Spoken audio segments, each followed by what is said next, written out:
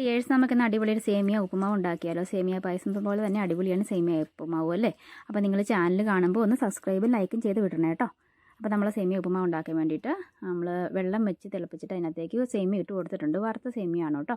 ഒരുപാട് നേരം അങ്ങോട്ട് വെന്ത് പോവല്ലേ, കാരണം വെന്ത് പോയാൽ കുഴഞ്ഞു പോകും.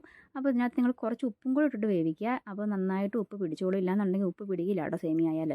അതുകൊണ്ട് ഇട്ട് കൊടുക്കുക. ഒത്തിരി നേരം വെന്ത് പോവല്ലേ, പ്രത്യേകം ശ്രദ്ധിക്കുക കേട്ടോ. എന്നിട്ട് ഇളക്കി എടുത്ത് നന്നായിട്ട് തിളച്ച് വരുമ്പോൾ നമുക്ക് ഊറ്റി ഒരു ഇതിലേക്ക് എടുക്കാവുന്നതാണ്. അപ്പോൾ അത് വെന്ത് വന്നിട്ടുണ്ട്. ഞാനിതിലേക്ക് അരിപ്പയിലേക്ക് ഒരു വെള്ളം വാർന്നു പോകുന്ന പാത്രത്തിലേക്ക് ഊറ്റി എടുത്തിട്ടുണ്ട്. ഇനി പിന്നെ ഇവിടെ ഇരുന്ന് തണുക്കട്ടെ. തണുത്ത് കഴിയുമ്പോൾ നമുക്ക് യൂസ് ചെയ്യാം. ഇതിങ്ങനെ ഇരുന്നാലും കുഴഞ്ഞൊന്നും ഒത്തിരി പോവില്ല കേട്ടോ. ഒരുപാട് വെന്ത് പോയിരുന്നാൽ മതി. നമുക്ക് അതിന് വേണ്ടിയിട്ടുള്ള ബാക്കിയുള്ള സാധനങ്ങളൊക്കെ അരിഞ്ഞെടുക്കാം.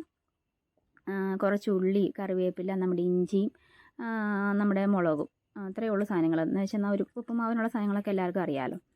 എന്നിട്ട് ഇനിയിപ്പം അതെല്ലാം ഒരു പാത്രത്തിലേക്ക് ആക്കാം. ഇനിയിപ്പോൾ നമുക്കൊരു പാത്രം അടുപ്പിൽ വെച്ചിട്ട് അതിലേക്ക് എണ്ണ ഒഴിച്ച് കൊടുത്ത് നമുക്ക് കടുക് ഇട്ട് വറുത്തെടുക്കാവുന്നതാണ് കേട്ടോ.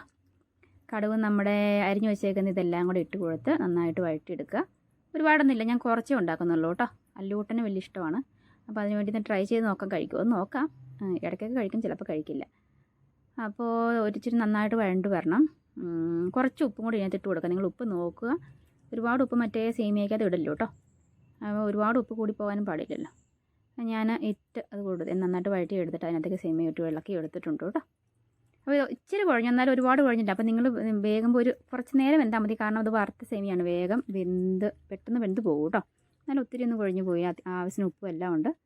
അപ്പോൾ നിങ്ങൾ ട്രൈ ചെയ്ത് നോക്കാം കേട്ടോ. അപ്പോൾ ഇഷ്ടപ്പെട്ടെങ്കിൽ കമൻറ്റും ലൈക്കും ചെയ്യണം കേട്ടോ. ബൈ.